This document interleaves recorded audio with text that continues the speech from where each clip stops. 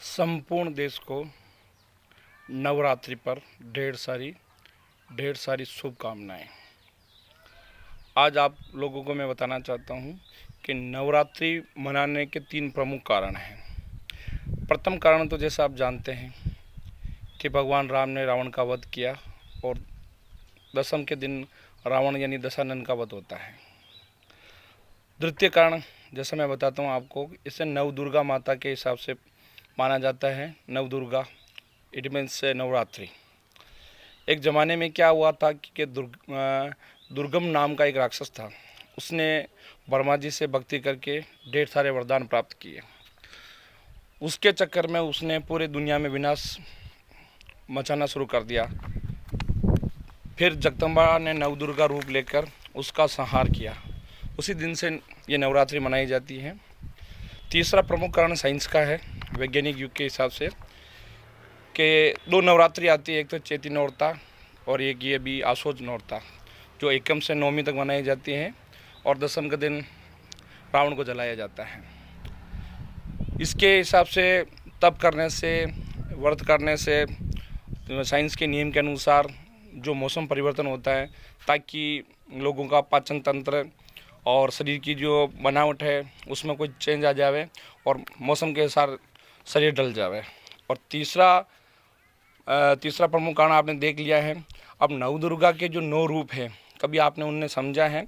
मैं आपको इनको विस्तार से समझाता हूँ कि हर दिन अलग अलग जगदम्बा की पूजा की जाती है। क्यों की जाती है? सबसे पहला प्रथम दिन शैलपुत्री, ये इनका जन्म हिमालय की गोद में हुआ था। इनको धन धान्य के लिए पूजा जाता है, ताकि हर आदमी प्रथम दिवस के दिन इनको धन धान्य के लिए पूजा करे। दूसरी जगदम्बा आती है ब्रह्मचारिणी। ब्रह्मचारिणी की उपासना भक्ति शक्ति के लिए की जाती है, ताकि हर व्यक्ति इस जगदम्बा को पूज के अपनी उपासना और तप और त्याग की भावना पैदा करे। तीसरी जगदम्बा आती है चंद्रघंटा। चंद्रघंटा का मतलब पाप की मुक्ति।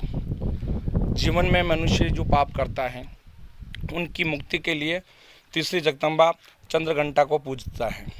चौथी माता थे कुष्मांडा। कुष्मांडा माता तांत्रिक लोगों के लिए सिद्धियां प्राप्त करने के लिए चौथ जिसको कहते हैं, उस दिन इसकी पूजा होती है कहने का मतलब।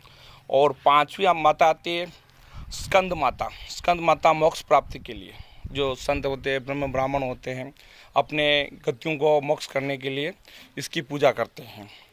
और 6ठी माता है काव्यानी।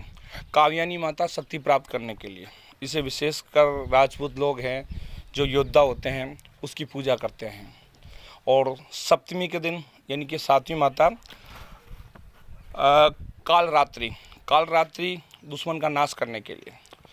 दुश्मन का नाश का मतलब होता है अपने जीवन में जो गंदे दुश्मन होते हैं, जो अपने वंश के लिए, धन के लिए, संपदा के लिए जो विपत्तियां पैदा करते हैं, उसे कालरात्रि माता उसका विनाश करती है। 8वीं माता आप जानते हो, महादेव की पत्नी महागौरी, जिसकी पूजा पूरी विश्व और साम्राज्य करता है सुख की वृद्धि के लिए। सुख शांति चाहिए अगर, तो आपको महागौरी की पूजा करनी चाहिए। और आखिर में सिद्धिदात्री। सिद्धिदात्री सिद्धियाँ प्राप्त करने के लिए जगदम्बा का प्रारूप होता है। इससे लोग अपनी सिद्धियाँ प्राप्त करते हैं। नवदुर्गा के ये 9 रूप हैं। अलग अलग तिथियों का अलग अलग रूप से सिद्ध कीजिए और अपनी खुशियों के लिए आमद रहिए।